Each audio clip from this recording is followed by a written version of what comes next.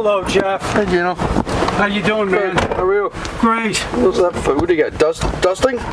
Oh yeah, that's it keeps the wind away from the microphone. Okay. So this is it, huh? This is it. How do you feel? Hey, it is what it is. I mean, I know that sounds kind of corny, but life evolves and changes change, and you just kind of got to move on. Yeah. What are you going to do with yourself now? Don't know yet. We still got 10 days here or 12 days. You really don't. You don't have any plan right now. No, let's just finish out what we got to do and then go on from there. You worry about the future as much as you possibly can, but you still got to handle day to day, and that's really what for me is what it is. I hear you, man. I mean, today you don't know what today's going to bring. Especially in the restaurant world. Who knows what's going to be broken and what needs to get fixed and what toilet's going to be clogged yet. Yeah, exactly. And you just kind of got to go from there and. You always want to look at your future the best you possibly can, but there's so many things that have to happen before you even get to that. Well, all right. Well, we're going to get back to all that. Yeah. Let's start from the beginning with that place. How long have you owned it? This will be our 10th year. This is 10 years of us being in that building. And who had it before you? The Warwicks had it, and they bought it from Mitchell. I want to say it was like 2003, somewhere around there. This is my seatbelt. Oh boy, safety first. The Warwicks. Huh? The Warwicks. Now, the thing is, they were there for a short time. He owned Capron Music. Oh, They do a lot of the big gigs. They help out with the pops and all that sort of thing. Yeah. So he was part owner of that, and he had somehow got a hold of Mitchell and took over the Gaslight, and they. Did that addition on the patio and, tried to do some things and, they made it work. Started a concept that, Mitchell had started back in the 70s. Was it the Starlight then? No, they changed it to the Starlight. It was the White Dog. It used to be the White Dog and the Gaslight. You remember Rob Mitchell? Oh, yeah, absolutely. I mean, that's the thing about, that was the cool thing to have that opportunity to buy something that I remember growing up in. I went there, to see films. I came here for Thanksgiving one year with my grandmother, and there wasn't a lot going on, and we, went down to see a movie, which happened to be Casablanca, which is now today still my favorite film. Just from that time, just that one night of going there and bringing a blanket, and there was no heat in that theater. Right. And you just kind of, you went with the punches, and that's sort of the island life in general anyways, which I think that we kind of are losing a little bit of grip on. I mean, we live on an island, we're a small community. You're just one more story, one more statistic exactly. of what changing. Exactly. I mean, it's definitely changing. We all remember our whens, the 5 and 10 up here in the corner, and the 30 acres at 30 acres, and we remember all these things, and it's all part of it. But nothing stays the same. Nothing stays the same, and changes, and has to happen, and it does happen, and somebody's outlook on something else is right, just the way it works. Did you go to school to be a chef or to? No, I grew up. My grandparents owned a restaurant back home, which is in Springfield.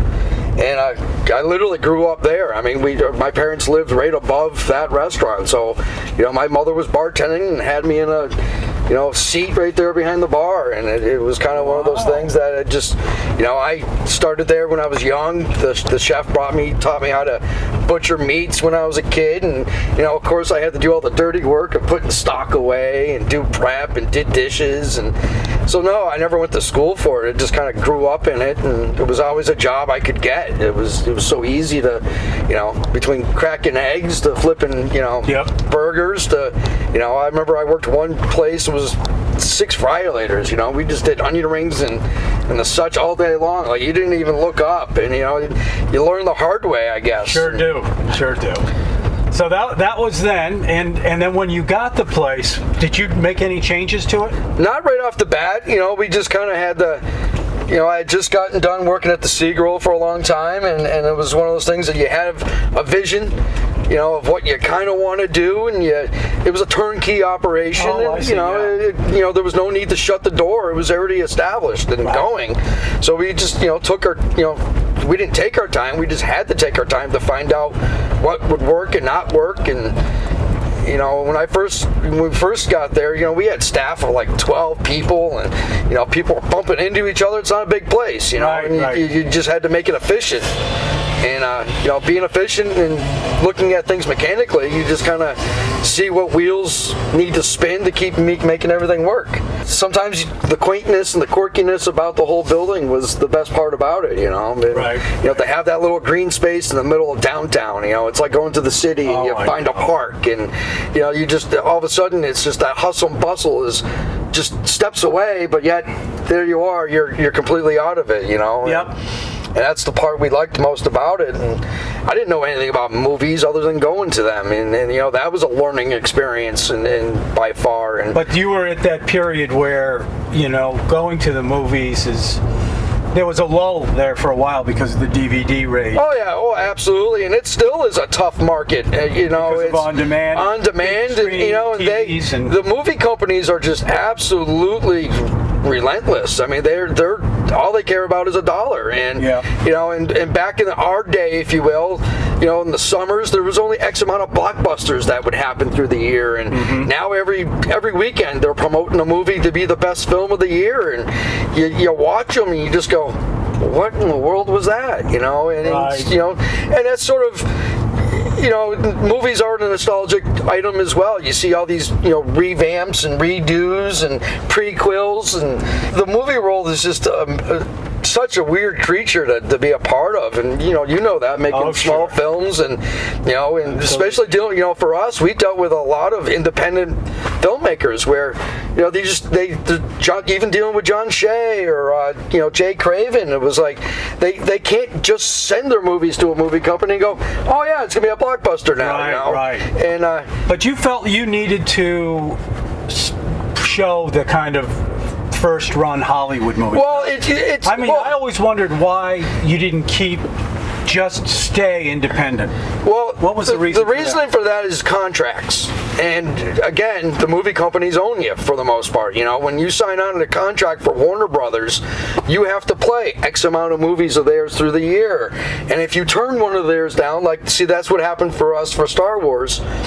We had turned down some Disney movies throughout the year because we just couldn't afford the advances. And when it came to Star Wars, they were like, well, you know, sorry, you just didn't take enough of our movies to fill a contract. And it was disappointing because, you know, for me, Star Wars has been a big part of my life for a long time, as a lot of us are. And now, if you had to do it all over again, Jeff, let's say, do you know what is the place going to become?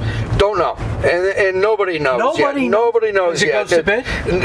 It doesn't go to bid. There are two parties that are looking at it, and obviously we kind of know which one of them is. And and the thing is that they still don't know because the building itself needs some attention. It needs some work. It's an old building. It wasn't designed for this in the originally. Even when Mitchell took it over, it was, you know, piecemeal together sort of thing, and it was a DPW depot. You know, it was a garage for their tanks, and it wasn't really designed to be hosting all this sort of events and things. And it's wear and tear and lots of you know, usage, and now it needs some love. Okay, are they going to put that money in? Well, that's what, you know, I think they're, in the long run, that's what they're looking to find out is what it needs. Does it have to stay a theater? Well, for the moment, it would be their best interest to keep it a theater, obviously. I mean, we don't want to see it change from that, and I don't think anybody NIR can do what it wants, though, right? It's their property. They can, you know, they want to... They want to make the most money they can. Oh, absolutely. I mean, that's anybody's. Were they not willing to work with you on this? No, they were totally. I mean, if it wasn't for NAR, we wouldn't have been there for the 10 years. You know, they were understanding. You know, they got it for the most part, and you know, they saw our numbers, and you know, always questioned, is this really, you know, going to work? And you know, I remember, you know, again when it was the Gaslight and watching Rob Mitchell. I mean, it was a lot of work. Yeah, exactly. You know, and you know, watching them make popcorn out of the Gen Air popcorn machine. You know, that big long ball.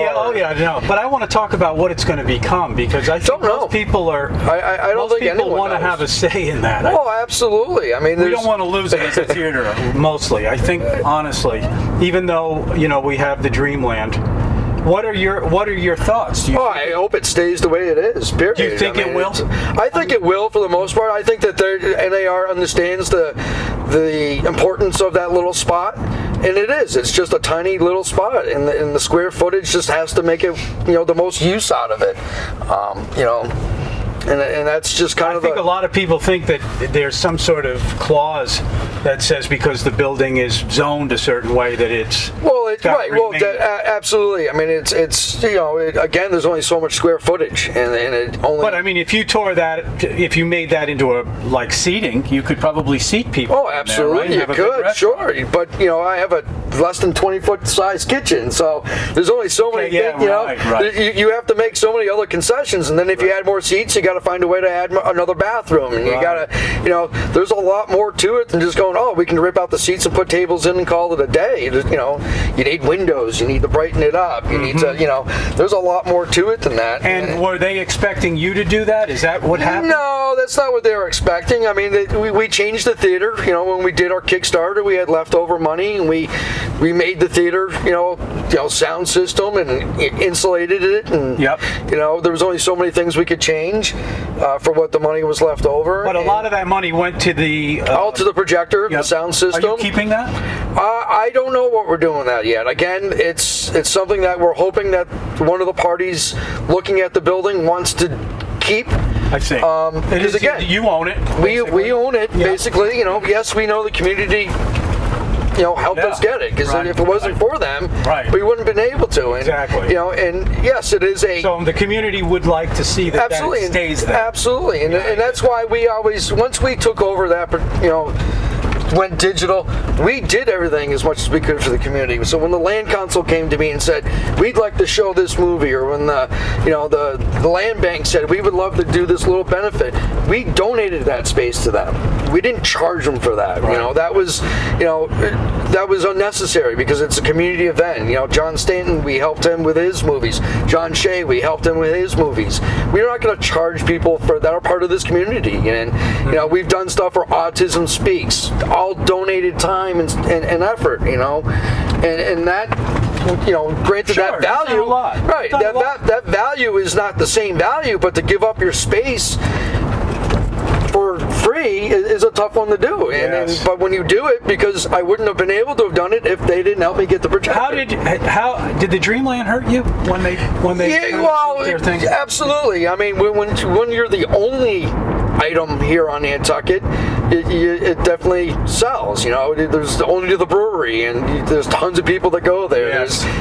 There's only one whaling museum. Everybody goes there, and that's the only one. When you're only one of that, you're the only supermarket, everybody's going to be going there. And so, yes, when the Dreamland got redone, it definitely hurt us a little bit. And